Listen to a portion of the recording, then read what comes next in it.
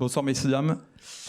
Merci infiniment d'être venus aussi nombreux ce soir. Narbovia vous souhaite à toutes et à tous une excellente année 2023. Qu'elle soit pour nous tous riche de rencontres et de manifestations de grand intérêt culturel comme celle de ce soir, que nous avons la joie d'organiser avec la Commission archéologique de Narbonne. Alors ce soir, c'est un soir un peu spécial. Non seulement c'est la première conférence de l'année, elle est organisée avec un public aussi nombreux. C'est d'excellent augure pour les conférences de 2023 que nous organisons ici, à la fréquence moyenne d'une par mois. Nous avons le plaisir d'organiser cette conférence avec la Commission archéologique de Narbonne. C'est la première manifestation de cette conférence que nous organisons avec la Commission. À partir du mois de février, les conférences que nous organiserons avec la Commission seront gratuites pour tous. Et ce soir, c'est en quelque sorte un peu le lancement de ce cycle de conférences qui sera dédié à l'archéologie proprement narbonnaise. Et c'est donc sous les auspices de cette commission que nous avons la joie de recevoir Corinne Sanchez, qui est donc célébrissime ici à Narbonne, archéologue narbonnaise, qui prend la suite d'une longue série d'archéologues de grand talent que cette terre narbonnaise a permis de générer, d'engendrer. Et c'est grâce à eux tous et à elle aujourd'hui, ainsi qu'à ses équipes, que nous avons progressé considérablement dans la connaissance de la Narbonne romaine et en particulier de la Narbonne nautique, de la dimension portuaire de notre ville, qu'elle étudie depuis de nombreuses années dans le cadre d'un programme commun de recherche. Récemment, donc, c'est tout chaud, cet ouvrage vient de paraître. Il s'agit des petites monographies du parc de la Narbonnaise dédiées à la nautique romaine. C'est un ouvrage qu'elle a coécrit et dirigé. Cet ouvrage fait un petit peu la synthèse actualisée de ses travaux. Vous pouvez le trouver à la librairie de Narbovia qui sera ouverte après la conférence où vous pourrez vous le procurer au prix de 8 €. Voilà, petit placement de produit. Voilà. Voilà, je vous remercie tous. Merci encore d'être venus si nombreux ce soir. Je passe la parole au président de la commission, le professeur Jacques Michaud, qui va donner quelques mots d'introduction pour cette conférence mémorable. Merci. Merci Lionel, merci. Monsieur le sous-préfet, président né de la commission archéologique, mesdames et messieurs, en un mot, mes chers amis, cette séance de ce soir que nous avons la joie d'organiser ici avec en harmonie, en union avec le musée Narbovia, dont je salue Madame la directrice et ses collaboratrices qui sont là, qui se démènent toute la journée pour rendre cette maison vivante. Donc salut à tous. Je voudrais simplement en quelques mots rapides, parce que c'est Corinne qui compte ce soir, vous dire ce que signifie ce rassemblement de ce soir. Depuis, Narbonne est une ville qui a été manifeste pendant des années, puis parfois qu'on ne connaît plus. Et la quête de Narbonne romaine, le souvenir romain à Narbonne, est un aspect un peu secret de notre affaire, de notre histoire. Et ce musée de Narbovia est un musée qui, en effet, est l'ultime étape, une des ultimes étapes de cette vieille quête de Narbonne antique, de ce temps, de cet âge d'or, donc que l'on savait, mais sans trop le voir de près, où nous étions une capitale, une grande ville. Et ce souvenir a été entretenu à partir de la fin du XVIIe et du XVIIIe siècle, surtout, et du XIXe et début du XXe, par les archéologues qui nous ont précédés, qui ont découvert une chose, l'autre, puis soupçonné, reconstitué. Et puis, évidemment, avec l'appui de Georges Frêche lors de sa visite, tout d'un coup, a été décidé le musée. Voilà. Et dans ces archéologues, il y a évidemment toutes les générations, comme vient de le dire Lionel Rodriguez. Et dans ces générations, moi j'en ai connu, j'étais l'élève de Philippe Elena. Mais à cette époque-là, les archéologues disaient des choses, mais on les écoutait, mais on en riait un peu, on les prenait pour des doux rêveurs. Et il me souviens d'une soirée dans le collège Victor Hugo. Les anciens élèves faisaient une soirée satirique et on se moquait des fouilles arabes qui venaient de se dérouler. Et on avait transformé le nom de monsieur Elena en El Ena. On en avait fait un émir. On en riait. On l'admirait, mais on ne le prenait pas au sérieux. Et puis, évidemment, peu à peu, les choses ont évolué. La population a mieux compris. Et c'est important que les citoyens auxquels je m'adresse ce soir le comprennent. Et alors, aujourd'hui, nous arrivons à une autre phase. Et alors, je suis très, très fier de souligner l'importance du travail qu'accomplit notre amie Corinne Sanchez. Si vous n'imaginez pas, le côté industrieux, efficace, volontaire, opiniâtre de celle qui, malgré les difficultés, arrive à concentrer et les forces archéologiques. Et alors, en ce moment, peu à peu, ce qu'on redécouvre de Narbonne, au-delà des monuments qui sont reconstitués dans la galerie et ailleurs, ce qu'on redécouvre de Narbonne, eh bien maintenant, c'est le port. Je m'entretenais ce matin avec monsieur le maire de Port-la-Nouvelle et qui se réjouit aussi, lui aussi, de ça. Parce que, bien sûr, Narbonne, lieu de carrefour, va avoir bientôt une gare TGV, les grandes voies, les autoroutes, les ensembles, les connexions, tout ça se développe et on en espère beaucoup. Et alors, le port de Narbonne, c'est une réalité que l'on retrouve, que les auteurs antiques décrivaient avec emphase, avec une espèce de joie, n'est-ce pas? Et il était considéré comme le pendant du port d'Ostie. Et nous avons toujours à Ostie cette mosaïque très célèbre, Navie narbonensis, qui nous indique le lieu de débarquement du commerce des marchandises venues de Narbonne. Et puis de celle aussi qui était pompée par Rome était consommatrice. Elle a beaucoup mangé sur les territoires. Eh bien, tout ça, c'est grand. Alors, pour nous tous, et j'en finis par là, il est important, Narbonnais et Narbonnaises, pour que nous ayons un avenir, que nous voyons loin. Et pour que nous voyons loin, faut-il encore connaître l'arrière. Et alors ça, c'est très important. Je me permets de vous le dire parce que, en tant que professeur, c'est le professeur qui parle pour finir, eh bien, je suis de plus en plus consterné de l'ignorance, de l'inculture qui règne de plus en plus partout. Et notamment chez la jeunesse qui n'en est pas coupable, mais à qui on n'a rien transmis. Et je crois que quand on sait où on vient, on participe à sa propre définition, et alors se décide la mission. Cette ville a besoin d'un élan, et d'autant plus que les temps sont difficiles. Alors cet élan se tournera avec les ports, notamment vers le monde méditerranéen. C'était un des vœux de Georges Fouet, c'était un des vœux très pressants de Madame Delga, qui souhaite ce renouement avec la Méditerranée. Nous ne devons pas être le recoin d'un pays, c'est grand soit-il, et Dieu sait qu'il est grand, mais il faut aussi que nous ayons le dialogue avec ceux qui nous entourent. Ce serait une des missions du musée, je pense que le personnel vaillant qui travaille ici avec ferveur y est attaché. Et j'espère que nous allons pouvoir convaincre, grâce au travail de Corinne, nous allons pouvoir convaincre les Narbonnais d'être fiers, d'avoir une raison d'exister. Voilà, j'en finis par là et je passe la parole à Corinne pour qui vous êtes venu. Merci beaucoup.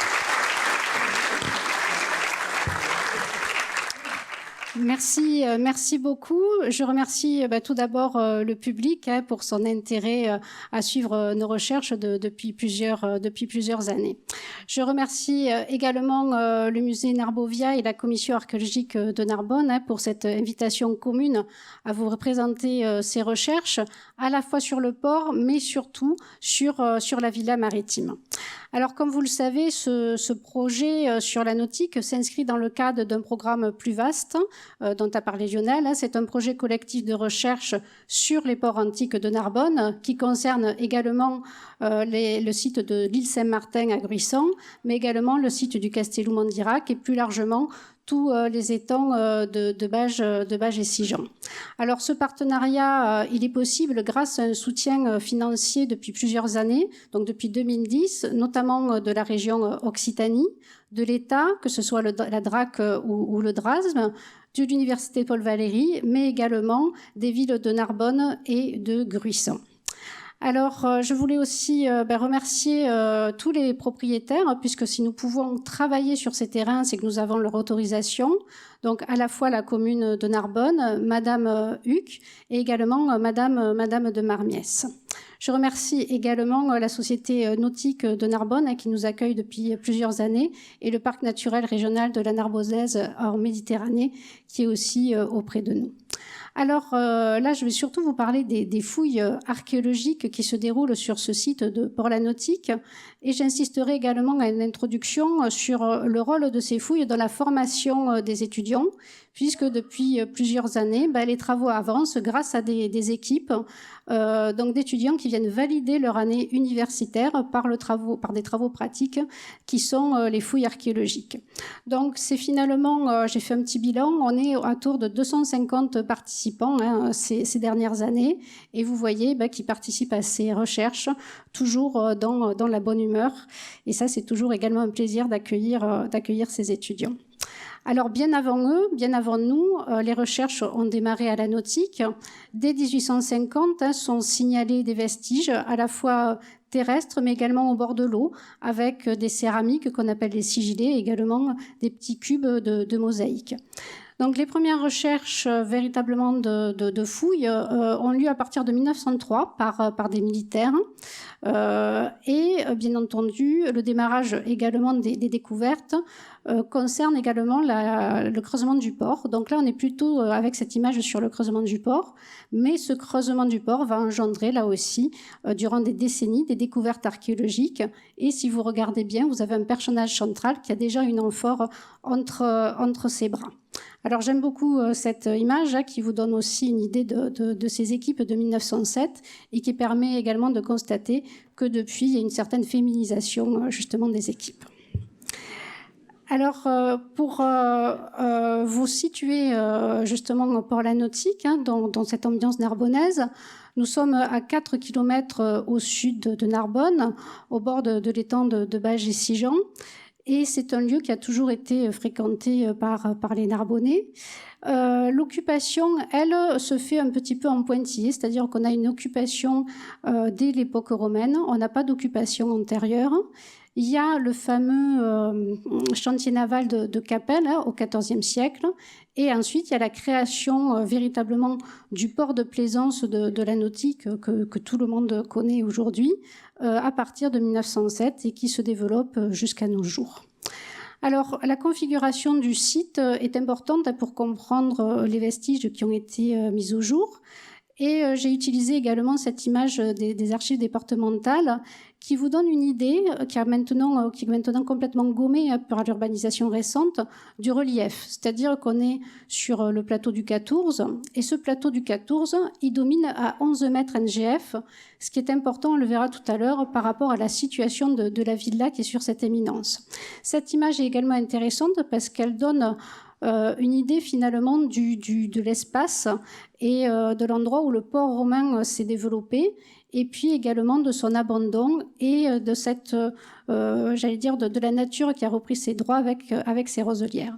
Alors pour vous situer également, j'ai mis un certain temps, mais je ne pense pas me tromper, ici vous avez l'anse de Montfort, et là comme c'est un tirage sur plaque de verre, on devine en blanc le massif de la Clappe. Donc on est vraiment ici sur l'emplacement du port de la Nautique actuel. Alors ce port romain, pourquoi a-t-il disparu? Alors c'est une des premières questions qui avait été posée dans le cadre de ce projet. Donc nous avons, en même temps que les fouilles, réalisé beaucoup d'études paléo-environnementales sur la base de carottage et d'autres observations, ce qui nous a permis de comprendre l'évolution depuis l'époque romaine. Alors ce que vous voyez sur cette image, c'est plusieurs configurations. Tout d'abord, le problème de la connexion à la mer, c'est-à-dire qu'on voit qu'il y a petit à petit une fermeture des Gros et donc un passage avec la mer qui se réduit de plus en plus, qui accélère de fait le confinement des étangs. Et surtout, vous avez ici une image du taux de sédimentation.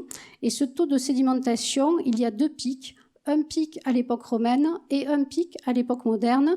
Et ensuite, une sédimentation plus faible, on va dire, entre les 2 périodes.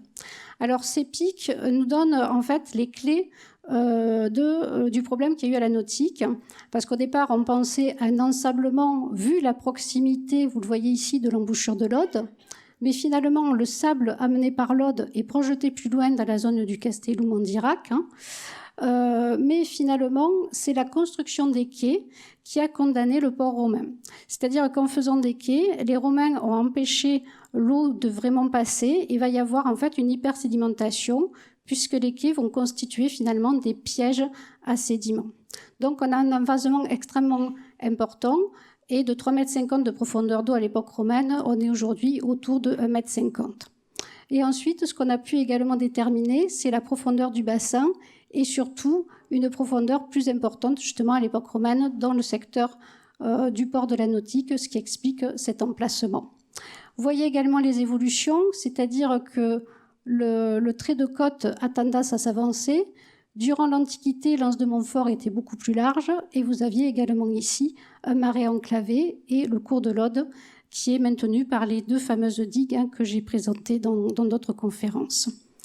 Alors pour la nautique elle-même, sur ces courbes de niveau, on devine également sa complexité et surtout ici, vous voyez les courbes de niveau très serrées qui montrent la limite du plateau du 14 et donc ce relief qui va dominer le port et surtout ces 2 traits verts qui correspondent à un paléovallon qui finalement va marquer toute l'axialité de toutes les constructions que l'on va voir. On a une image de 1920, une carte de 1920 qui montre que la route, l'ancienne route des nauticards, traversait finalement cette pinède. Donc on avait ici le passage ancien par ce paléovallon qui traversait dans ce secteur. Alors, pour finir avec cette présentation paléo-environnementale, donc là, vous avez quelques images récentes, mais qui vous montrent la rapidité des processus en cours. C'est-à-dire que là, dès 1946, vous voyez la configuration du rivage. Il y a déjà un colmatage qui existe. Et puis, petit à petit, on va avoir une prise sur le littoral. Vous voyez ici la création du bassin de la Société Marseillaise de Crédit. Et puis, du côté, justement, du vivier du lac de Capelle, tout cet amas qui correspond aux déblais de la Tuilerie et qui ont là aussi complètement modifié la configuration de notre littoral. Alors, pour maintenant vous montrer les données archéologiques, je partirai un petit peu de l'historique des recherches. Comme je vous l'ai dit, les découvertes sont anciennes. Elles commencent d'abord par la partie terrestre. Et vous avez à l'écran 2 œuvres qui marquent véritablement ces premières découvertes. La première, qui est ce fameux Hercule, qui est un Hercule en marbre, qui est vraiment de toute beauté, et qui, vous le remarquez, est un Hercule imberbe, ce qui est plutôt de tradition grecque. L'autre élément important, c'est cet antéfixe. Une antéfixe, c'est un décor de bordure de toit, c'est-à-dire que quand vous avez les tuiles courbes, on met une antéfixe pour justement finir le toit et le décorer. Alors, toutes ces découvertes montraient dès le départ qu'on avait quelque chose de luxueux sur ce site de Port-la-Nautique. Alors, les découvertes et les recherches ne se sont pas faites de manière régulière, mais petit à petit, on a pu intervenir. Alors, dans les années 50, avec justement la découverte de grands dépotoirs de sigillés, puis dans les années 90, puisqu'on a toujours sur les littoraux des pressions immobilières, et il y a eu justement des projets de lotissement qui ont permis de mettre à jour tous ces murs sur lesquels nous allons revenir, qui ont maintenant une nouvelle interprétation par rapport aux découvertes que nous venons de faire. Alors, pour continuer sur ces découvertes, au-delà des découvertes terrestres, il y a bien entendu toutes les découvertes subaquatiques. Et le développement de ces découvertes subaquatiques commence dans les années 70, avec notamment André Bouscaras, et on retrouve, comme pour la partie terrestre, énormément de cette poterie rouge qu'on appelle la sigillée, qui est produite à Millau dans l'Aveyron, et dont Narbonne est le centre de redistribution. Donc ça, c'est quelque chose de très important, et dès la découverte de ces amas de poterie rouge, les archéologues comprennent qu'on est ici sur une zone portuaire et un lieu d'exportation de cette céramique qui provient de l'arrière-pays. Les autres découvertes importantes concernent les amas d'amphores. Les Gaulois sont de très grands consommateurs de vin et on va retrouver là aussi de très très grandes quantités de ces amphores qui viennent essentiellement de la zone catalane, mais également d'autres types d'amphores et notamment l'huile qui vient de Bétique, de l'actuelle Andalousie, et également des amphores pour les sauces de poisson. Bien entendu, tous les Narbonnais connaissent également cette encre qui est très bien mise en valeur dans le parcours du musée Narbovia, qui est une découverte là aussi qui pose pas mal de questions. Cette encre fait 3,50 m de haut, ce qui signifie un bateau assez considérable qui peut lui être associé. Alors il y a aujourd'hui une nouvelle interprétation par rapport à la présence de cette encre qui pourrait en fait être un corps mort, c'est-à-dire un endroit où on va attacher des bateaux, mais qui sont peut-être de plus petits formats, j'allais dire, que le bateau originel associé à cette encre. Alors, les recherches sous-marines, démarrées par André Bouscaras, se poursuivent grâce au groupe de recherche Anteas, qui a publié cet ouvrage qui permet d'avoir un bilan de toutes leurs recherches, et notamment des découvertes qui sont assez remarquables, mais qui sont passées un peu inaperçues, et notamment, par exemple, ce chargement dans l'anse de Montfort, où alors le bateau a disparu parce qu'il a complètement brûlé, mais on va avoir de nombreuses amphores qui proviennent du chargement. Donc l'interprétation de l'équipe de Jean-Marie Falguera, c'est que c'est effectivement il y a eu un incendie sur un bateau, que la cargaison de fait a coulé, d'où les traces noires que vous voyez sur toutes ces amphores, mais le bateau lui-même s'est complètement consumé. En tout cas, on a ici une cargaison d'amphores qui est bien attestée sur ce site de Port-la-Nautique. Alors cette zone portuaire, elle est assez importante, elle doit couvrir à peu près 2 hectares. Et outre les amphores que vous voyez à l'écran, nous avons également beaucoup d'éléments qui correspondent à la vie des bateaux. Donc il y a des pièces d'accastillage, mais il y a également beaucoup de vases qui correspondent à la vie à bord.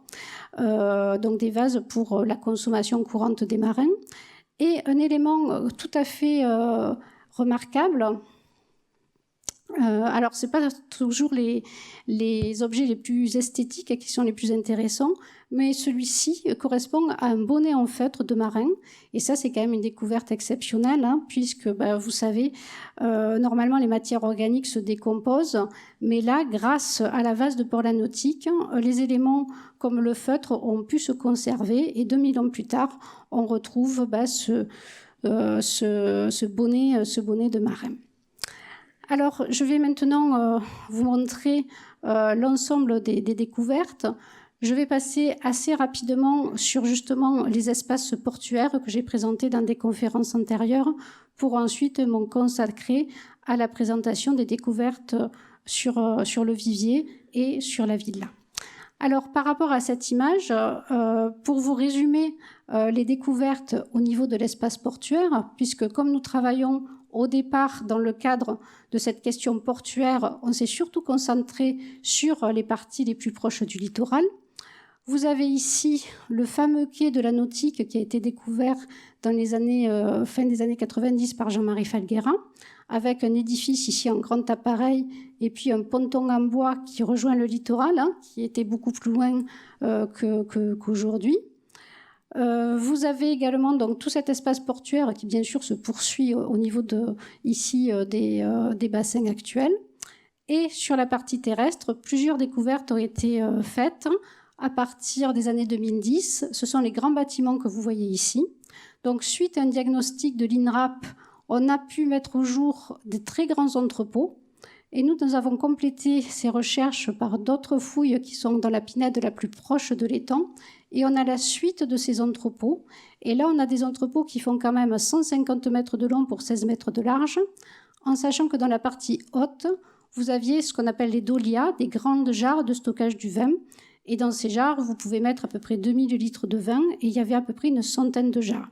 Donc ça vous montre aussi l'importance de la nautique dans le commerce du vin, que ce soit le vin d'importation ou là, d'autres types de vins qui étaient stockés ici. Alors, ces entrepôts sont des entrepôts où on a dû stocker d'autres choses que des amphores. Il y a très certainement des minerais. Narbonne est connu aussi comme port-entrepôt pour le transport des minerais, que ce soit l'étain, le cuivre ou surtout le fer, avec le fer de la Montagne Noire. Et contre ces entrepôts, vous avez également un atelier avec des fours de potier et une grande dépression où ont été retrouvés des milliers d'huîtres. Ça, c'est aussi une spécificité de Narbonne, une très grosse consommation des produits de la mer. Alors, voilà pour cette partie portuaire. Et puis, bien entendu, on s'est intéressé également à ce que vous voyez au fond, c'est-à-dire cette dépression circulaire qui avait été interprétée par Jean-Marie Falguera justement comme un vivier. Mais effectivement, au départ, on a eu le doute, donc nous sommes allés vérifier cette structure sur laquelle je vais revenir. Ce que vous voyez à l'écran également, ce sont les découvertes ici des années 90, dont je reparlerai tout à l'heure, qu'on a interprétées comme une promenade ou un belvédère suite à d'autres comparaisons, et la villa dont vous voyez l'état aujourd'hui en cours de fouille. Alors, bien entendu, si je vais vous parler du vivier aujourd'hui, c'est parce qu'il a été la clé pour nous ramener sur cette ville-là que je développerai tout à l'heure. Alors, pourquoi cette fouille de ce vivier? On est d'abord parti sur les photographies aériennes. En archéologie, on utilise plusieurs méthodes et la photographie aérienne en fait partie. Et vous voyez sur cette photo de 1962 que vous avez une dépression parfaitement circulaire avec un bâtiment carré au centre. Et là, le fait que ce soit parfaitement circulaire, on voit bien que c'est quelque chose qui n'est pas naturel. Donc, quand on a vu cette image, on a de suite pensé au port de Carthage, à part que le port de Carthage, c'est exactement le même plan, mais Carthage, c'est 300 mètres de diamètre. Ici, à la nautique, on était sur 70 mètres de diamètre. Donc, c'était un peu petit pour un port, mais vraiment très grand pour un vivier. Donc, grâce à Nicolas Carayon, qui était spécialiste des ports phéniciens et puniques, vu qu'on avait cette idée carthaginoise, les fouilles ont pu démarrer. Et je vous montre directement le résultat. C'est qu'on a bien, en fait, un vivier, c'est-à-dire un endroit où se trouvent des poissons, et que ce vivier est extrêmement grand. Donc, vous le voyez ici les dimensions à l'écran, 67 mètres de diamètre, une superficie de 3500 mètres carrés, ça a son importance aussi, nous le verrons tout à l'heure, et surtout une profondeur de quasiment 3 mètres, ce qui correspond exactement à ce que l'architecte Vitruve demande pour justement ces viviers d'agrément. Donc c'est un volume d'eau là aussi conséquent, en sachant que de toute façon, c'est pour ça que j'ai insisté tout à l'heure sur l'évolution du littoral, l'étang venait quand même lécher les bords de ce vivier. Alors, ce vivier, pourquoi on est sûr d'abord que c'est un vivier? Tout d'abord, par rapport à la présence d'amphores qui sont prises dans les murs. Donc là, ça vous donne une idée du diamètre également et de la grandeur de ce vivier. Et tous les petits trous que vous voyez correspondent à des amphores qui ont été décapités et qui font partie du mur. Sur cette image, vous avez la vision en coupe, c'est-à-dire vous êtes ici au-dessus du mur et on voit les deux amphores qui sont ici sectionnés et qui servent donc de cache à poissons. Et ça, c'est quelque chose qui est très connu dans le monde romain, c'est-à-dire que lorsqu'on a un vivier, les poissons ont besoin d'être tranquilles et on fait comme ça des petites caches dans lesquelles ils peuvent se réfugier. Alors, ce vivier est remarquablement conservé. Il est aujourd'hui classé au titre des monuments historiques. Et ce vivier, ce que vous voyez ici, donc je vous ai parlé tout à l'heure du bâtiment central, mais vous voyez qu'autour de ce bâtiment central, il y a comme des rayons. Donc vous avez un cloisonnement et plusieurs murs à l'intérieur de ce bassin. Donc vous avez des bassins à l'intérieur de ce bassin. Et ce que vous avez à l'écran correspond justement à un de ces murs de cloisonnement. Donc, sur ces murs de cloisonnement, vous avez toujours les amphores comme cache à poissons. Et ce que vous voyez à l'écran ici, qui ressemble à une porte, c'est en fait une grille en plomb. Donc, sur 1,20 m, vous avez du plomb qui est perforé. Donc, vous voyez tous les petits trous. Et là, c'est très clairement une grille en plomb, c'est-à-dire que ça permet à l'eau de circuler à l'intérieur du bassin, mais pas aux poissons. Donc c'est vraiment quelque chose de très ingénieux et qui est là aussi très bien conservé. Alors bien sûr, il y a la question de la salle à manger, parce que les viviers sont connus, mais on a beaucoup de viviers qui sont des viviers pour stocker et revendre les poissons. Là, on est sur un vivier d'agrément, c'est-à-dire de réception, puisque au centre, le bâtiment que vous avez est en fait une salle à manger. Une salle à manger d'assez grande dimension, elle fait 20 mètres sur 13 mètres. Et surtout, vous voyez qu'à l'intérieur de cette salle à manger, vous avez un aménagement un petit peu particulier et vous avez également ici un autre bassin, donc un bassin dans le bassin.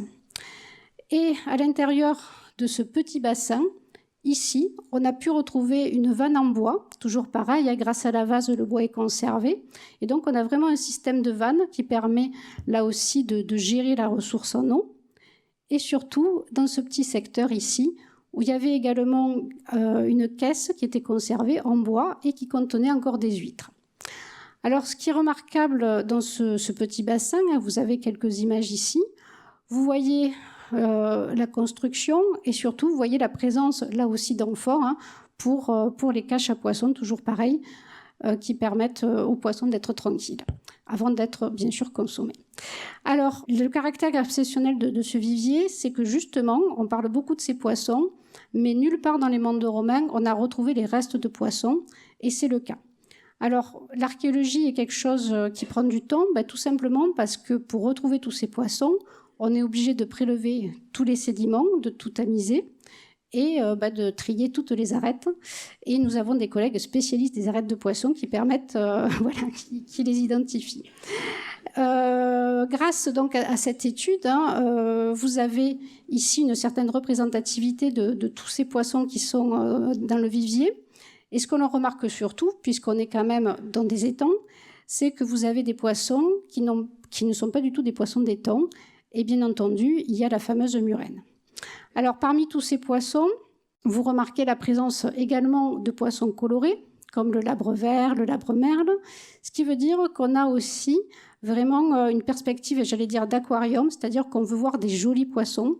Et puis, alors même si la murène ne vous paraît pas jolie, c'est un animal serpentiforme qui a un certain attrait. Et il y a tout un légendaire autour de ces murènes à l'époque romaine. On va jeter les esclaves non obéissant justement aux murènes, etc. Alors, on a trouvé 2 crânes, mais bon, on ne sait pas si c'est effectivement un témoignage de cette pratique. Mais normalement, non. Alors, cette fameuse murène, vous voyez ici son crâne, donc c'est un peu la star de ce vivier, donc c'est pour ça que je vous la mets à l'écran, et avec ici une représentation qu'a faite une de nos étudiantes d'une de ces murènes dans une des amphores. Alors, je vous parlais effectivement de cet espace de réception, ce qui veut dire que les poissons de Port-la Nautique ne sont pas vendus, ils sont vraiment là, j'allais dire, pour montrer le prestige et le pouvoir de son propriétaire. Et je vous ai mis là une mention de Sénèque, parce que c'est très actuel, j'allais dire, puisque les Romains aiment les poissons très frais. Et là, dans le témoignage de Sénèque, il dit on les prend sous la table même et aussitôt on les place dessus. Le surmulé n'est jamais aussi frais que quand il meurt dans la main du convive. Alors, au-delà de ces pratiques, on sait par les textes, parce que finalement on connaît beaucoup les viviers par les textes, et l'avantage de la nautique, c'est qu'on a une illustration archéologique. On sait qu'on va sur ces salles à manger pour voir les poissons, mais aussi pour les pêcher, c'est-à-dire que c'est un petit moment de repos. Et on a d'ailleurs trouvé plusieurs hameçons qui témoignent là aussi que les textes antiques finalement nous disent vrai. Alors l'importance aussi de ce vivier, c'est la vue. On parlait tout à l'heure de la vue remarquable que l'on a à partir de Port-la Nautique. Et bien sûr, ce vivier a une vue sur l'ensemble des étangs jusqu'aux Pyrénées. Et justement, vous voyez qu'on n'a pas restitué de colonnes autour de cette salle à manger. On a très certainement une pergola pour pouvoir complètement libérer cette vue. Alors, l'avantage là aussi de fouiller dans les zones humides, c'est de retrouver tous les vestiges qui sont gorgés d'eau, et notamment les graines. Donc là, ce sont également des graines qui ont été trouvées dans le vivier avec les poissons et qui donnent plusieurs témoignages. Alors tout d'abord, un témoignage de l'environnement proche du vivier.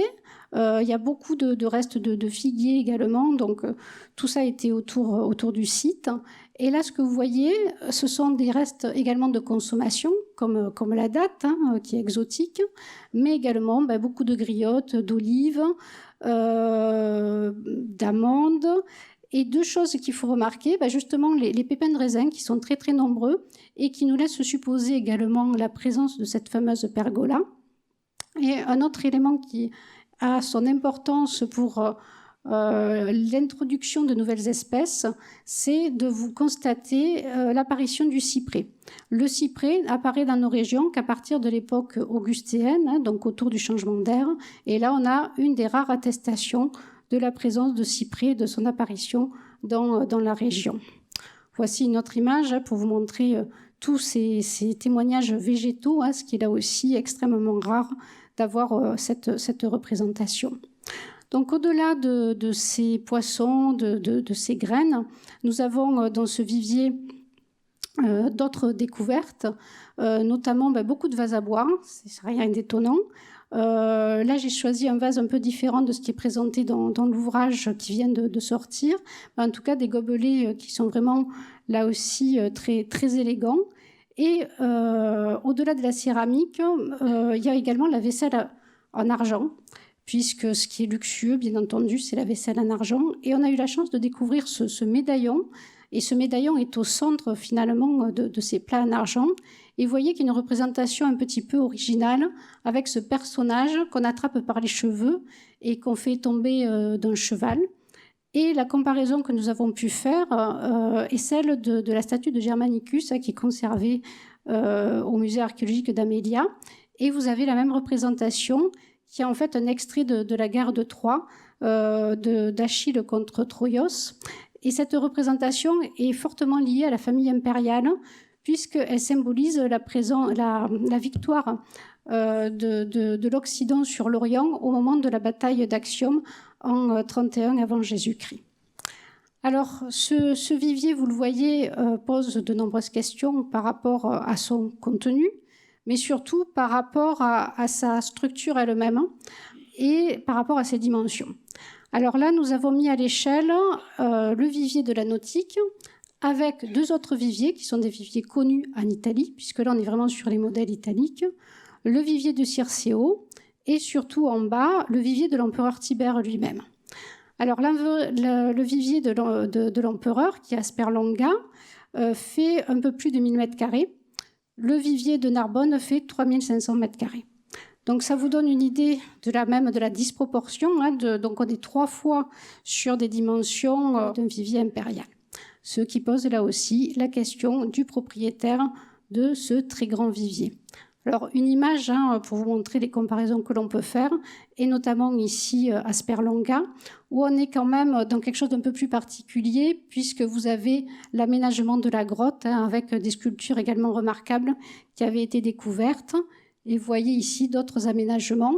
Et on a beaucoup de comparaisons avec nos collègues italiens qui reprennent également le dossier de Sperlonga, qui est une fouille ancienne. Et justement, ils ont plusieurs trous circulaires qui avaient été interprétés à l'époque comme des colonnes par rapport au plan ancien, qui sont plutôt maintenant considérés comme de la végétalisation. On est donc sur des salles à manger avec plutôt une couverture végétale que des colonnes. Alors ce vivier, c'est, comme vous l'avez deviné, c'est lui qui nous a fait réviser un petit peu notre vision du site de Port-la-Nautique. Au-delà de la zone portuaire, on a ici une structure exceptionnelle et ces viviers sont connus en Italie, notamment en Italie centrale et en Italie du Sud. Et ces viviers ne sont jamais tout seuls. Ces viviers font partie de ce qu'on appelle une villa maritime, c'est-à-dire une très très grande villa qui appartient à un personnage important, généralement les plus hauts personnages de l'Empire, en tout cas proches de l'empereur. Alors, ce vivier, il faut quand même également préciser ses datations. C'est un vivier que l'on situe entre 30 avant et 10 après, d'après les données archéologiques. Et comme là aussi vous le savez, on est à la période augustéenne. Donc, Auguste vient à Narbonne en 27 avant Jésus-Christ. Alors, ce vivier, il dure assez peu de temps. Comme je vous disais, il s'arrête à peu près autour de 10 après Jésus-Christ. Et il nous pose la question de la villa associée. Alors, on sait qu'il y a une belle villa sur la nautique, mais au départ, on a quand même voulu vérifier ce qui se passait vraiment au contact du vivier, au niveau de la grande pinède qui longe la route. Donc, vous voyez cet espace, c'est-à-dire qu'au-dessus du vivier, on a pu mettre en évidence des constructions, c'est ce que vous avez en bleu. Et surtout, dans tout ce secteur, on a beaucoup sondé. On n'a pas trouvé de vestiges archéologiques, mais en revanche, on a trouvé des fosses de plantation, ce qui signifie qu'on avait un grand parc. Alors ça, c'est également quelque chose qui est très typique des villas maritimes. Il y a l'architecture, mais il y a également les parcs et les jardins qui sont associés. Alors voici justement une petite image, là aussi, pour vous donner une idée de cette ambiance. Les cyprès qui apparaissent à cette époque et tout un aménagement paysager juste au-dessus du vivier jusqu'à la villa dont bien sûr je vais vous parler. Alors cette villa démarre, j'allais dire, parallèlement aux grands entrepôts. Donc vous avez ici les grands entrepôts dont je vous ai parlé, et le bâtiment parallèle qui avait été interprété à l'époque comme des entrepôts fait finalement partie lui-même de la villa. Donc là, on revoit également l'interprétation des vestiges, et c'est une villa qui va s'organiser en U, c'est assez classique, hein. Vous allez avoir 3 ailes de bâtiment avec une cour centrale. Vous avez également ici un bassin sur lequel on va revenir également, et ce bâti que je garderai pour la fin. Alors, pour faire les fouilles archéologiques, nous avons besoin de repères, et on a commencé tout d'abord par des prospections géophysiques.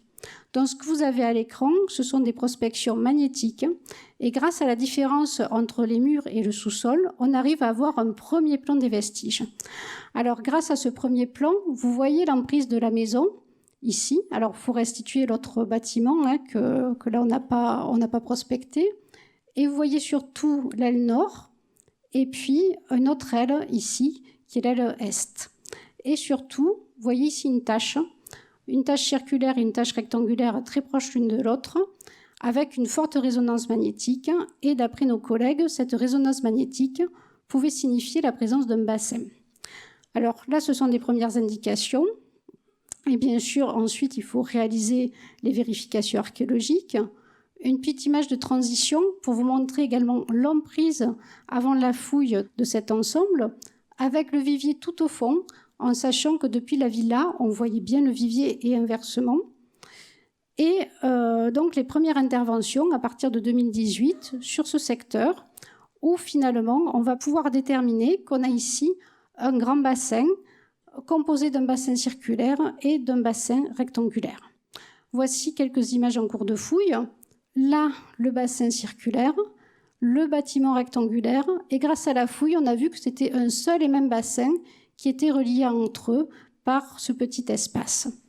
Ce que vous voyez également à l'écran, c'est l'arrivée d'eau, mais aussi ici l'évacuation de ces eaux.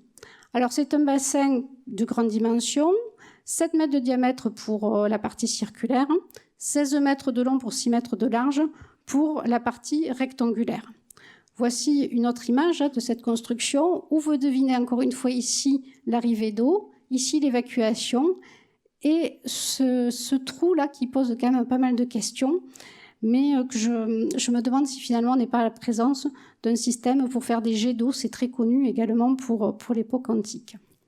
Alors je vous parlais de l'évacuation des eaux, hein, qui est juste ici, et grâce aux fouilles, on a pu ici observer un regard, donc un regard d'évacuation, et ce regard était colmaté par cette pierre qui était taillée, donc une pierre qui empêche pas l'eau de passer, hein, ce qui est un peu étonnant. Et finalement, au moment de la fouille, vous voyez qu'on n'a pas encore évacué cette pierre, mais on avait un petit espace ici qui nous permettait de passer la main à un appareil photo. Et donc, on a fait une première photo vers l'intérieur du conduit, qui nous a permis de voir que le conduit, justement, n'était pas du tout comblé. Donc là, vous avez une image de tout le réseau souterrain qui se trouve à Port-la-Nautique. Il est extrêmement important. Là, on est encore une fois sur de l'évacuation.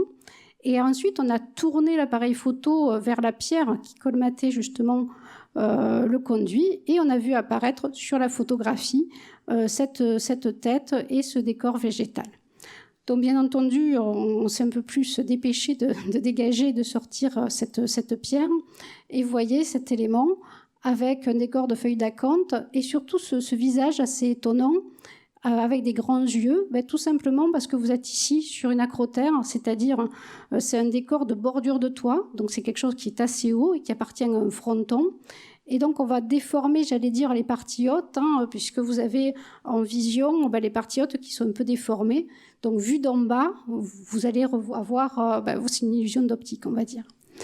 Alors, en tout cas, ce chapiteau, il vous paraît un peu frustre, là, comme ça, mais il était couvert de stuc, ce qui lui donne aussi une autre prestance. Avec aussi quelque chose d'un peu étonnant, parce que quand on a commencé à regarder cette tête, on s'est dit, il y a quelque chose de bizarre sur le dessus. Et si vous commencez à fixer ce que vous avez ici comme coiffe, vous voyez apparaître 2 petites oreilles. Donc on est bien Et après, là, ici, vous avez des petites crans comme ça, où là, vous avez la gueule du lion. Donc, vous êtes ici sur la représentation, encore une fois, d'Hercule, avec la peau du lion de Némée sur le dessus.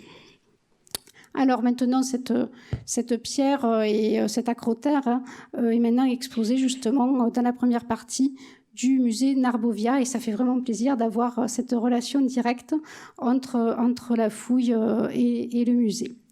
Alors justement, la question aussi de la nautique et par rapport à ce bassin, c'est l'eau. Ça, c'est un problème récurrent, à la fois pour le port, mais également pour la villa. Et ce bassin est alimenté par un tuyau en plomb. Et ce tuyau en plomb, on l'a suivi sur une vingtaine de mètres, avec toujours l'espoir de trouver une inscription, parce que c'est souvent sur les tuyaux en plomb qu'on va retrouver l'inscription du propriétaire. Donc là, le propriétaire a décidé de se cacher. Mais en tout cas, la construction elle-même est remarquable, puisque vous avez des sections de 3,50 m, avec chaque fois des manchons qui permettent de faire la liaison entre les différents tuyaux. Donc ça, c'est aussi un point important par rapport à l'archéologie et à l'étude justement des canalisations romaines en général, et de l'utilisation du plomb, qui est extrêmement importante pour l'époque romaine, puisqu'il y a eu des analyses qui ont été faites et qui montrent là aussi un pic de pollution au plomb dès l'époque romaine. Donc voilà quelques illustrations pour vous montrer également les techniques de ces installations. Et par rapport à ce bassin, c'est un bassin qui n'est pas qu'un bassin, j'allais dire, de réserve d'eau, c'est sans doute une fontaine.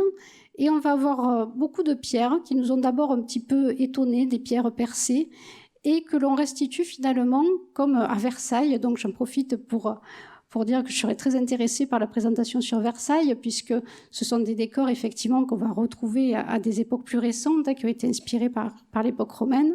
Et on a très certainement ce décor de rocaille pour imiter finalement l'ambiance des grottes.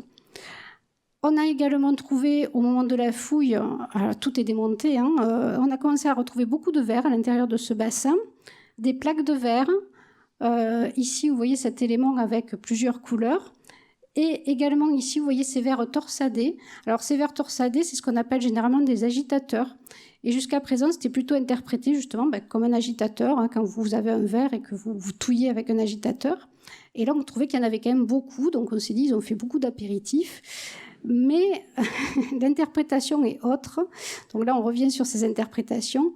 Et on s'est aperçu qu'il y avait des empreintes de ces verres à l'intérieur de décorations pariétales, donc sur les murs. C'est-à-dire que tout l'intérieur du bassin circulaire, sur les parois, vous aviez une décoration de mosaïque, mais une décoration de mosaïque particulière. C'est ce qu'on appelle l'opus musivum, avec du bleu égyptien. Donc le bleu égyptien, c'est le premier pigment qui va être créé à l'époque dès le 3e millénaire avant Jésus-Christ et qui va être produit ensuite dans la région de Pouzzoles.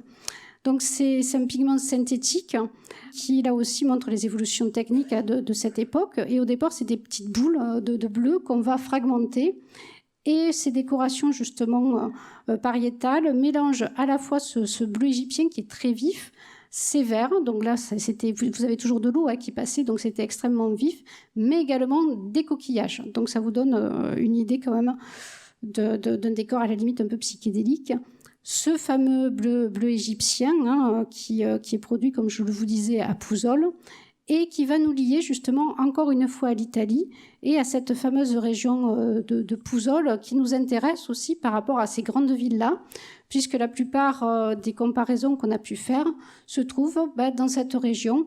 Vous reconnaissez ici le Vésuve, Herculanum, Pompéi, et la fameuse baie de Pouzzoles, d'où proviennent justement ces bleus. Alors, j'en profite pour vous montrer également la baie de Bailly, qui correspond à cet ensemble remarquable de villas romaines, où là, c'est très différent, j'allais dire, de nos côtes. C'est que vous avez un phénomène de bradycéisme, c'est-à-dire un phénomène qui fait que les sous-sols s'affaissent et qu'aujourd'hui, vous avez les mosaïques qui sont sous l'eau à peu près à 5 mètres de profondeur et que vous pouvez visiter aujourd'hui tout cet ensemble vraiment remarquable avec le masque et les palmes. Et donc, je vous invite à effectivement découvrir là aussi la baie de Bailly, qui est protégée depuis 2002. Et il y a aujourd'hui plus de 100 hectares qui sont aujourd'hui sous l'eau. Alors, pour finir justement sur ce bassin, nous avons pu faire des comparaisons également à Pompéi. Donc là, vous avez une idée d'à quoi pouvait ressembler ce bassin, cette vivacité du bleu. Et vous voyez également la présence de 2 masques de théâtre qui nous ont renvoyé justement à des découvertes anciennes qui avaient été réalisées par Marc Fabre, d'éléments de sculpture, mais qui sont en fait des sculptures en terre cuite. Et là, vous avez ce nez qui est un nez en fait de masque de théâtre, mais un masque de théâtre de grande dimension, qui devait faire au moins une 60aine de centimètres de haut. Et on a continué à retrouver des éléments comme ces petites chevelures qui appartiennent également à ces masques de théâtre. Alors, au-delà de ces sculptures, ça nous permet de voir également qu'on a des liens avec les fours de potier qui ont été trouvés en bas, puisqu'au moment des fouilles de l'atelier de potier, nous avions trouvé ces petites mains en terre cuite qui appartiennent quand même à des personnages qui font à peu près 80 cm de haut. Et au moment de la fouille, nous avions retrouvé également une autre main un petit peu particulière et on a mis un certain temps pour identifier le motif. Et ce que vous voyez à l'écran, c'est une main de boxeur.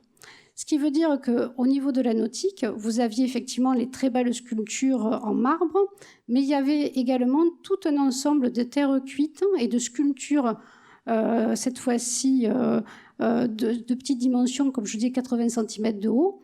Et cette main de boxeur, elle est quasiment unique, c'est-à-dire qu'on n'a pas d'autres exemplaires.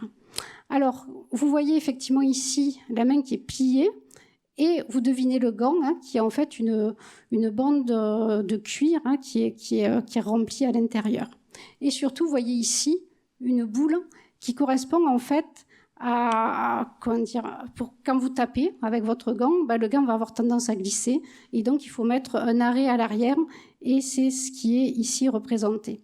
Alors, je peux vous dire tout ça grâce à des comparaisons, et notamment aux études qu'a fait Brice Lopez de la société ACTA, qui ici, vous voyez une représentation de ces combats de boxe qui sont très développés à l'époque romaine.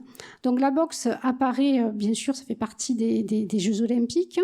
On a ici, à l'image, le gant grec, et le gant que nous avons trouvé à la nautique correspond véritablement au gant romain, au moment où il y a tellement de combats qu'il faut un gant qui se passe très rapidement.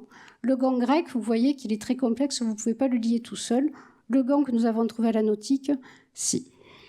Alors voilà, je ne pouvais pas m'empêcher de vous montrer cette image aussi du boxeur des Thermes de Rome, qui vous donne une idée de ces sculptures de boxe.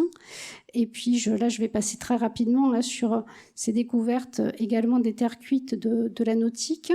Mais je ferai quand même une petite parenthèse pour revenir sur l'ensemble de terres cuites architecturales de la nautique, mais également sur cette découverte assez particulière qui a été trouvée dans un des fours. Alors, vous ne voyez pas ce que c'est parce qu'au départ, on est en fait en négatif, c'est un moulin. Alors, on a mis un certain temps là aussi à identifier le positif, donc ce qui veut dire qu'ici, on a quelque chose qui a été fabriqué pour fabriquer autre chose, sans doute un élément métallique.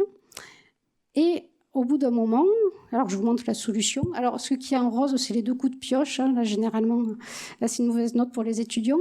Mais vous avez ici, vous voyez, tout un tas de creux qui correspondent finalement à une barbe. Et là, vous avez la vision en positif de cette découverte. Donc on a fait le symétrique et vous voyez une très belle représentation de Dionysos, puisque, alors sa belle barbe, la bouche, le nez et surtout dans la chevelure des grains de raisin qui apparaissent. Alors, quand je vous parlais de sans doute un positif métallique, c'est qu'on a fait des comparaisons avec justement ces très belles situles en bronze et ce sont les seuls éléments où on a véritablement un rapprochement avec ce qu'on a trouvé à Port-la-Nautique. Alors, vous voyez, il y a une très grande richesse des découvertes, mais là, je vais vraiment vous présenter maintenant les dernières découvertes sur cette ville-là. Nous avons vu l'ensemble du vivier, nous avons vu le parc et nous allons maintenant nous concentrer sur ce qui était juste à côté du bassin dont je viens de vous parler. Alors, à l'est du bassin, en début de conférence, je vous ai parlé de ces murs qui sont finalement parallèles au rivage et qui sont complètement longiligne avec, vous voyez ici, des petits redans carrés. Alors, toujours pareil, quand ils ont été découverts dans les années 90, on avait cette vision portuaire, on a pensé que ça appartenait à des entrepôts. Aujourd'hui, maintenant qu'on réinterprète les choses, le vivier nous montre que la villa de la Nautique n'est pas une villa comme les autres, c'est une villa maritime, une villa donc sans doute de villégiature. Et lorsqu'on va chercher les comparaisons, on va à Capri. C'est toujours voilà, une belle comparaison. Et lorsqu'on regarde les plans des villas de Capri qui appartiennent à l'empereur Tibère, vous voyez ici, sur la villa de Damekuta, une esplanade avec les mêmes petits redans. Et bien sûr, vous avez la mer qui est ici. Hein. Et on est ici sur quelque chose de très particulier qu'on appelle les ambulations ou les promenades, les belvédères. Et c'est vraiment, d'après les textes, un lieu de promenade. Alors, bien entendu, c'est tout à fait particulier. Vous avez un mur, mais ce mur est un mur de façade vers l'intérieur. Et en fait, dans les petites encoches, vous aviez des bancs qui vous permettaient de vous asseoir et d'observer comme ça la vue sur la mer. Donc vous voyez, on réinterprète maintenant ces anciens vestiges. Alors justement, pour ces constructions de la Nautique, on domine parfaitement les étangs. J'ai mis quelques images de Capri. Alors c'est sûr qu'on n'a pas les falaises de Capri à la Nautique, mais quand même, on a cette idée d'avoir cette vue dégagée sur la mer. Voici une autre comparaison, la fameuse Villa Jovis à Capri, qui est intéressante sur de très nombreux points par rapport à la Nautique, et notamment la présence de citernes, toujours pareil pour la question de l'eau, mais surtout, vous voyez encore ici, donc la mer est tout autour, hein, c'est vraiment un promontoire à la Villa Jovis, et vous voyez encore ce type d'esplanade avec également les petits redans qui servent pour les bancs. Donc ici, cette villa et ces structures permettent donc d'avancer dans les réinterprétations. Et maintenant, nous nous sommes concentrés sur une partie de la villa. C'est-à-dire que vous devinez que vu la grandeur de ces aménagements, on ne peut pas tout fouiller d'un coup. On a remblayé donc la partie des bassins qu'on a fouillé en 2018. Et depuis 2019, on s'est attaqué à un des angles de la villa, le contact de l'aile nord et de l'aile est. Alors, voici maintenant vraiment les données archéologiques. Hein. C'est ce qu'il y a parfois de plus ingrat à présenter, mais je vais essayer de vous montrer tout l'intérêt de cette ouverture.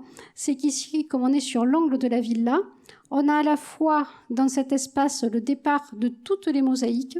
Donc 4 mosaïques, mais c'est le début d'une longue enfilade de pièces à mosaïque. On a au moins 16 pièces avec des mosaïques. Et finalement, dans l'angle de la villa, on est sur des espaces en partie utilitaires, puisque cette villa va avoir des étages et que dans l'angle, les parties luxueuses seront aux étages. D'où l'absence de mosaïque dans tout ce secteur. On va y revenir. Et surtout, vous voyez ici une galerie et une grande pièce sur laquelle on va revenir parce qu'elle pose également de nombreuses questions. Donc voilà, en couleur, le départ ici en rose des mosaïques, l'espace utilitaire encadré de bleu, la galerie ici en jaune et la grande salle qui apparaît ici en rouge. Alors la première chose qui nous a surpris à Port-la-Nautique, c'est la présence de très très gros blocs.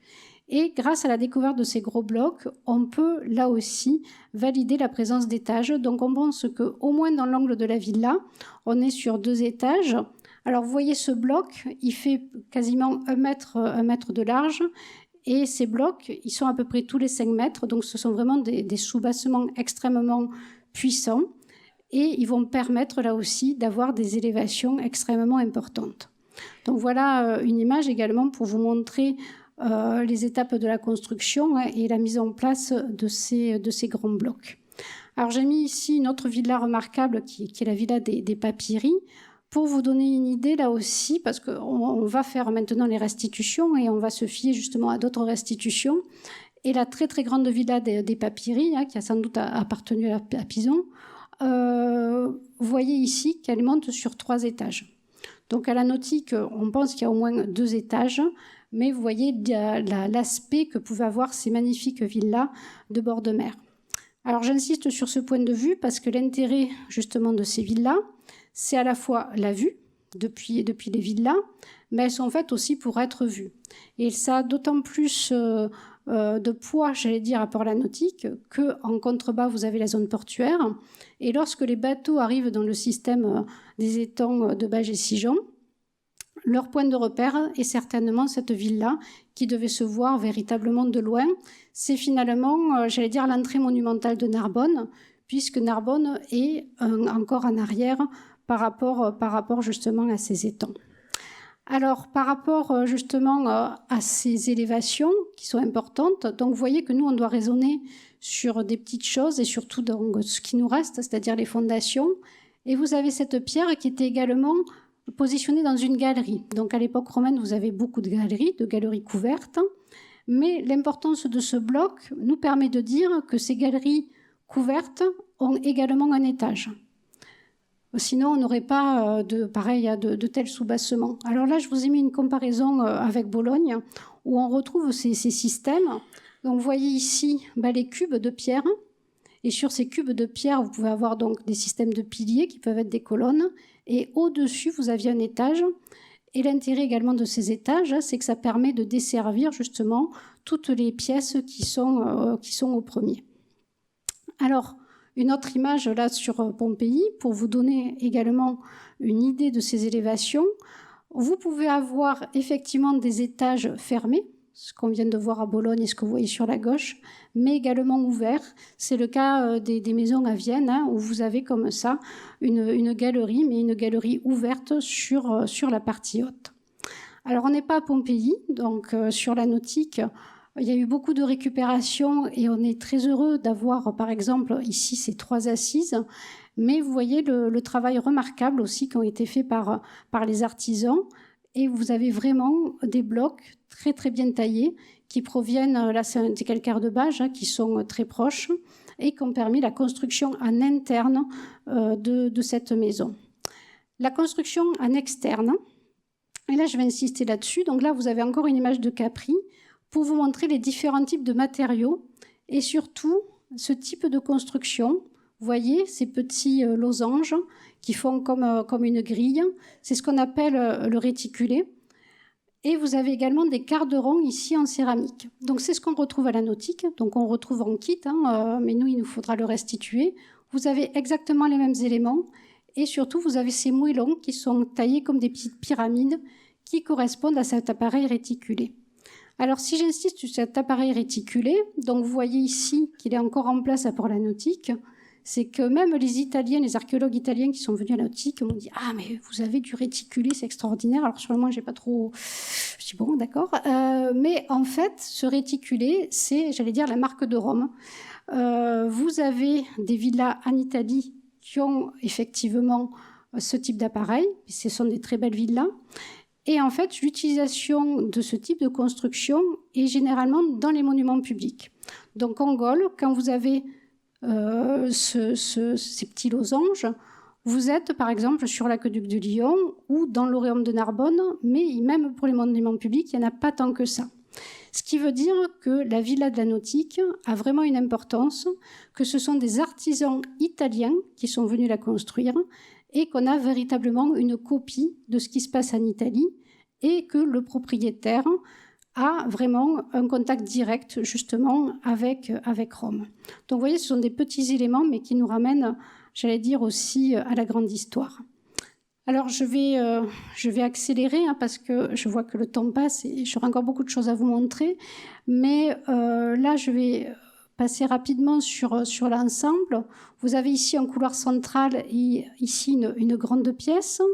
Et surtout, au moment des fouilles, on va retrouver beaucoup d'éléments qui montrent le côté luxueux de certains espaces, et notamment la présence de stuc. Le stuc est un mélange de poudre de marbre et de chaux, et c'est quelque chose d'extrêmement élégant, extrêmement fin, qui sert à faire des moulures. Donc là, vous avez plusieurs moulures. Et là, vous avez également du stuc de colonnes. Et vous avez ici l'intérieur, c'est-à-dire que vous reconnaissez les petits faisceaux de paille, hein, comme on avait avant dans les plafonds, hein, pour là aussi stuquer les plafonds, où vous aviez justement cette paille pour maintenir des choses un petit peu légères.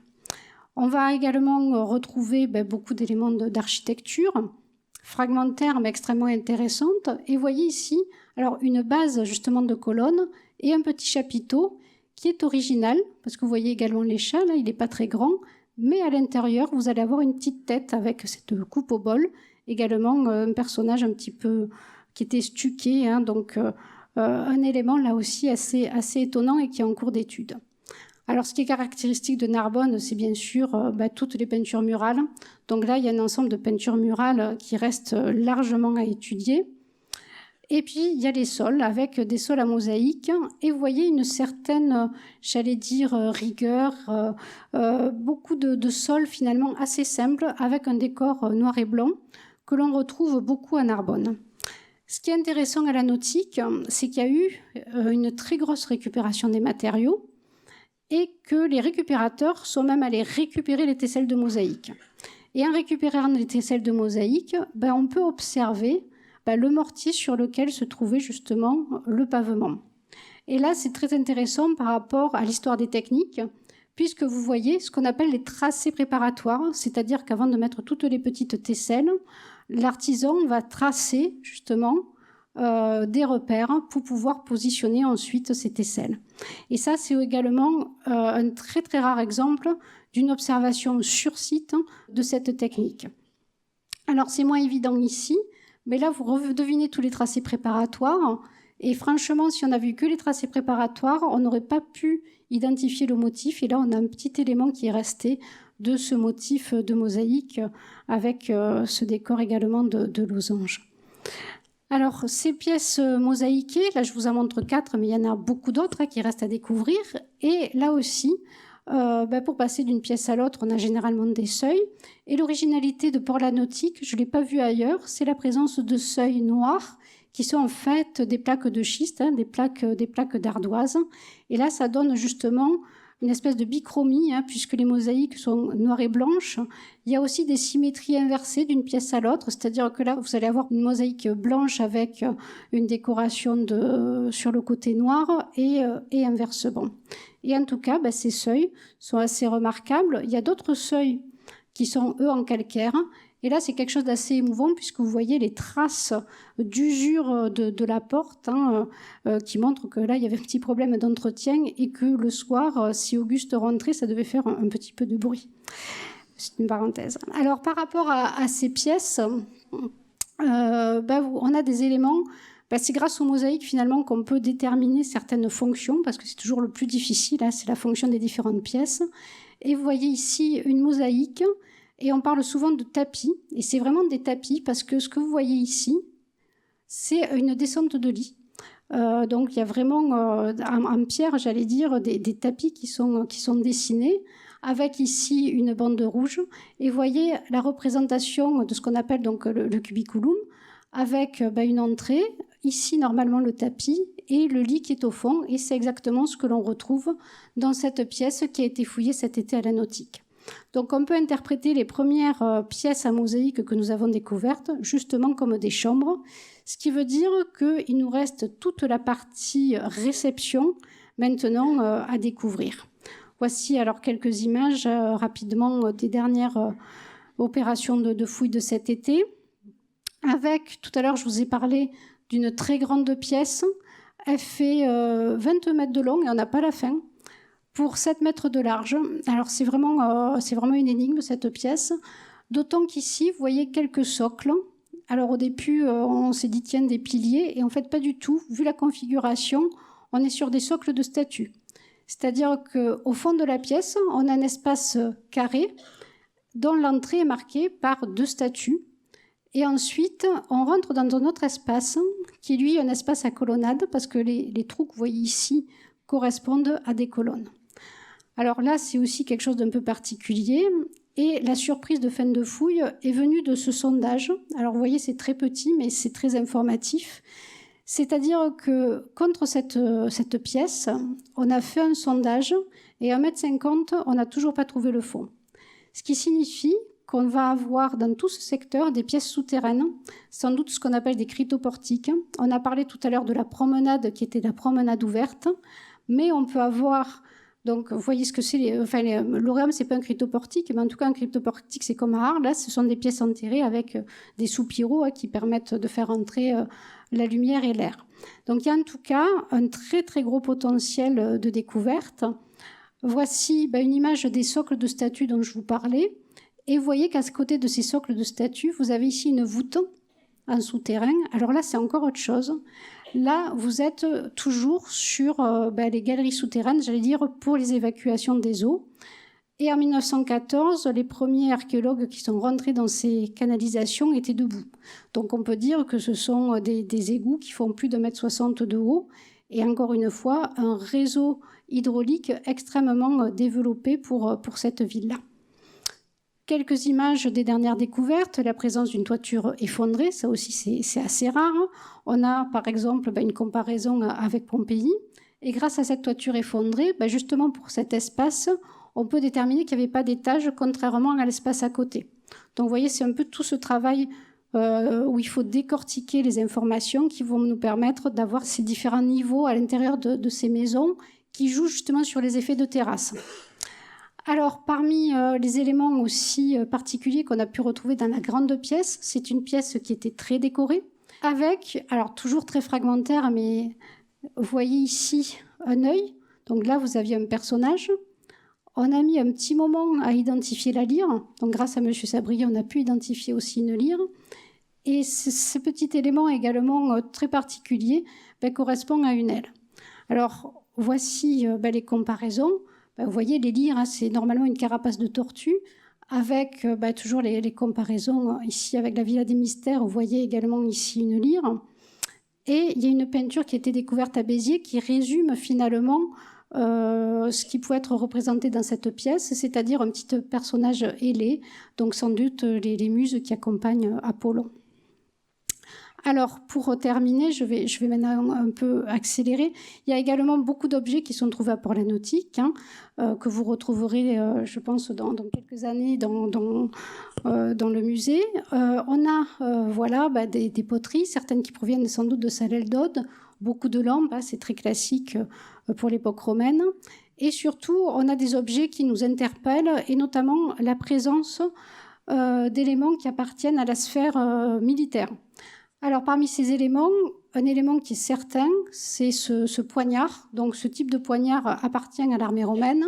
Et vous avez également ici un décor pour le cheval, qui est aussi, qui est un peu mixte, qu'on retrouve dans le monde militaire, mais aussi dans le monde civil.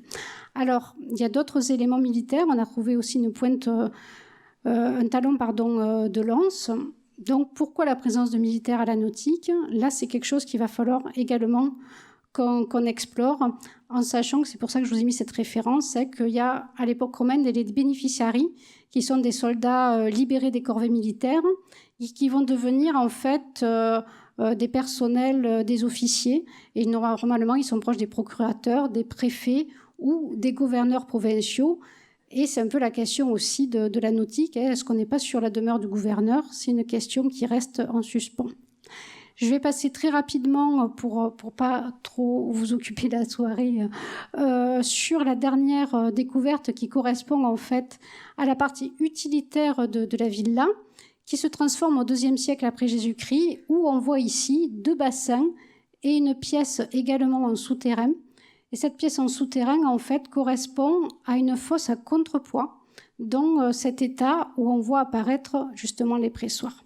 Donc, ces pressoirs, on sait que ce sont des pressoirs par rapport à la découverte de ce type de pierre. Vous voyez ces 2 cavités, c'est ce qu'on appelle des jumelles. C'est pour mettre les poutres qui vont tenir justement une autre grande poutre qui est la presse. Et cette presse, elle est actionnée par un système soit à vis, soit à contrepoids. Et là, avec cette pièce, on sait qu'on est sur un système de contrepoids. Donc voici la restitution de ces pressoirs. Alors, ce qui est important par rapport à ces pressoirs, on parle beaucoup de la viticulture dans nos régions, mais il y a également la question de la présence d'huileries. Alors, juste pour vous montrer ce pressoir, son fonctionnement, vous avez ici une canalisation et un dolium qui permet de récupérer justement les jus de la presse. Alors, si je vous parle de cette question d'une huilerie, c'est que tout simplement, on a beaucoup d'olives carbonisées qui sont trouvées sur le site. Et surtout, on a fait des analyses du fond de ces bassins, de ces pressoirs. Et d'après les analyses chimiques, il n'y a pas eu de vin, on est plutôt sur de l'huile. Et le premier élément qui nous avait amené vers la question de la présence d'une huilerie, c'est que l'étude des charbons montrait une représentation extrêmement importante de l'olivier qui dominait par rapport à la vigne. Et ça, c'est un spectre qu'on n'a pas généralement sur d'autres sites. Donc, c'était quelque chose qui était particulier sur la nautique. Alors, ces analyses, ça me permet justement de rebondir sur les derniers éléments. C'est que l'analyse de ces charbons de bois, c'est un peu comme les poissons tout à l'heure. On récupère plein de charbons de bois. Il y a des gens qui sont capables d'identifier les charbons. Donc, c'est Christophe Wachald qui sera présent à une prochaine conférence. Et grâce à ces études, au-delà de cette oliveraie qui est importante, ce que j'ai oublié de vous dire, c'est qu'en plus, à travers les charbons, on peut voir au niveau des cellules du bois que ces oliviers étaient irrigués. Ce qui veut dire qu'on n'est pas sur de l'oliveraie sauvage, mais il y a vraiment une irrigation. Et à côté de cette oliveraie, vous avez surtout une arboriculture fruitière qui est vraiment exceptionnelle. C'est-à-dire que d'après le spécialiste, il n'a jamais vu autant de variétés de fruits que sur le site de Port-la-Nautique. Alors on a justement des figuiers, des grenadiers, bon, je vous ai parlé de l'olivier, de la vigne, diverses rosacées, bien sûr le cyprès, l'amandier, le pêcher, l'abricotier, le châtaignier et bien sûr aussi le pin pignon. Donc vous voyez une très grande variété d'espèces et qui vont nous permettre là aussi d'aller beaucoup plus loin et de faire des comparaisons avec d'autres choses qui sont connues, puisqu'il y a eu des études qui ont été faites à Narbonne même, notamment sur le site du Clos de la Lombarde, où on a par exemple le micocoulier comme arbre décoratif, et la présence aussi de plantes et de fruits un petit peu particuliers qui sont liés à l'alimentation ou à la médecine. Donc là, il y a tout un travail également à réaliser autour de ces découvertes. Alors, pour m'approcher de la conclusion, vous le voyez, on est sur un site tout à fait exceptionnel sur beaucoup de domaines. On est sur une villa maritime, en sachant que la villa maritime, au départ, est connue par les textes parce ces villas sont dénoncées par les moralistes. Il y a eu des procès parce que ces villas sont construites trop hautes, etc. Mais en tout cas, elles sont recherchées comme un signe de position sociale. Donc, c'est quelque chose de très ostentatoire avec donc un propriétaire extrêmement connu, j'allais dire. Je vous ai parlé tout à l'heure de la question également du panorama, mais aussi de la visibilité à la fois interne et externe. Je vous montre également aussi des peintures romaines qui représentent ces villas maritimes. Et je pense que là, on est vraiment sur ces peintures, sur un modèle qui est très proche de la villa de la Nautique. Vous voyez en haut à gauche cette configuration en forme de U, puis des portiques un petit peu partout, des belvédères. Donc on peut imaginer le site et la villa de la Nautique avec ces exemples. Et puis, cette ville-là, elle va disparaître. Alors, pour le port, j'ai oublié de vous le préciser, le port de la Nautique fonctionne sur un siècle, entre 30 avant et 70 après Jésus-Christ. La villa va perdurer un petit peu plus longtemps, c'est-à-dire qu'elle continue à vivre après l'abandon du port, avec justement cette huilerie qui apparaît à ce moment-là. Et puis, elle va être abandonnée au IIe siècle après Jésus-Christ, ce qui est quand même très tôt, puisque la plupart des villas continuent à être occupées jusqu'au 5e siècle après Jésus-Christ. Alors, cet abandon du site pose la question de la disparition des vestiges. Et là, j'avais promis à Jacques Michaud une spéciale dédicace pour la fin. Donc, je vais parler du droit romain en essayant de ne pas trop l'abîmer. En tout cas, cette question des ruines est extrêmement importante pour l'époque romaine parce que les Romains ne supportent pas les ruines. Et donc, il y a toute une législation autour de la gestion de la destruction des maisons. Et surtout, les Romains vont condamner la spéculation, c'est-à-dire que c'est leur principal problème. Et donc, le Sénat émet plusieurs conditions. Et par exemple, donc, une maison ne peut pas être démoli comme ça. C'est-à-dire que ce qu'ils ont peur, surtout, c'est qu'on récupère, par exemple, tout ce qui est riche, les marbres, etc., et qu'on laisse après un amas de décombres. Donc, on peut détruire une maison du moment qu'on transfère tous les matériaux de cette maison sur son propre domaine. On n'a pas le droit de le vendre. Donc, soit on investit dans un autre domaine qui nous appartient, soit la totalité des matériaux doivent être transférés vers des bâtiments publics. Donc ça, c'est vraiment une législation que l'on connaît à travers plusieurs exemples, et notamment un exemple d'une dame qui s'appelle Cécilia, qui demande justement une exception parce qu'elle hérite de son père d'un domaine qui tombe en ruine et personne ne veut plus y habiter.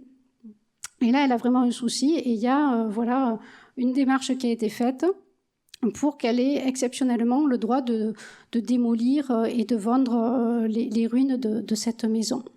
Donc vous voyez, c'est quelque chose qui nous amène aussi très loin, et tout simplement sur la protection aussi des paysages, parce que c'est un peu aussi l'intérêt du Sénat quand il proclame ces différentes lois.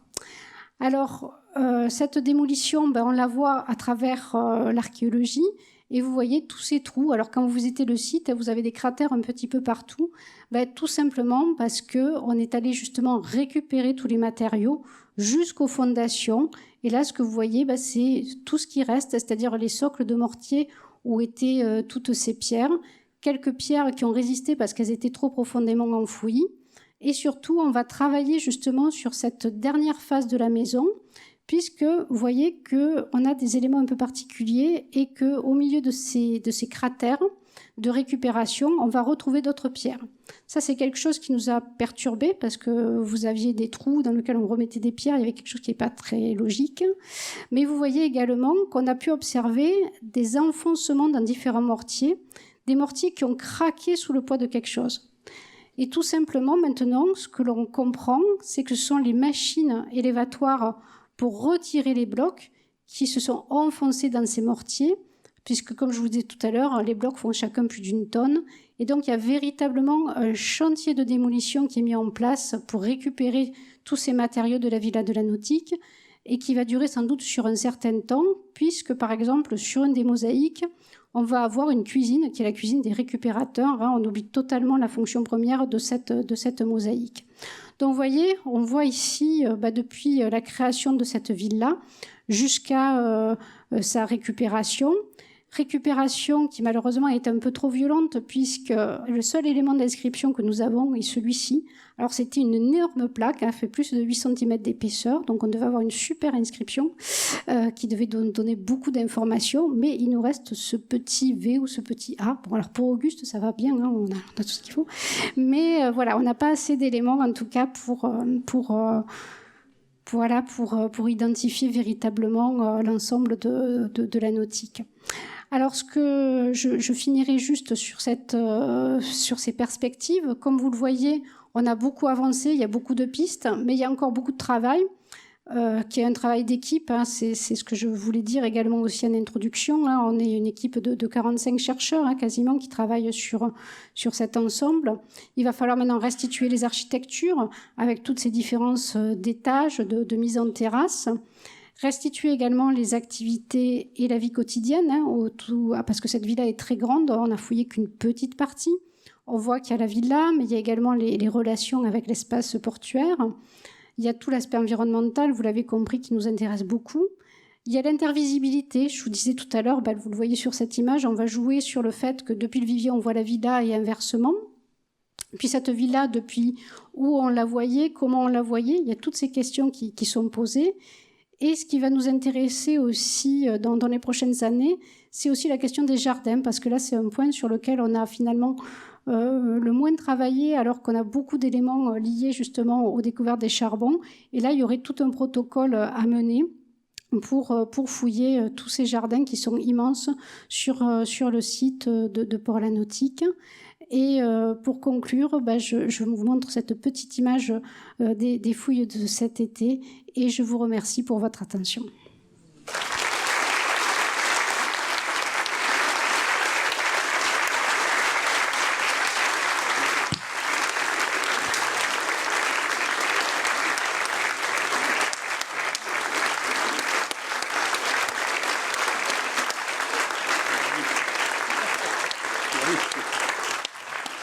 Merci, chère Corinne, pour cet exposé brillant qui nous fait découvrir d'année en année des vestiges nouveaux, des pistes de réflexion nouvelles. Et nous progressons tous dans la connaissance de ce site merveilleux qui est une gloire supplémentaire pour Narbonne.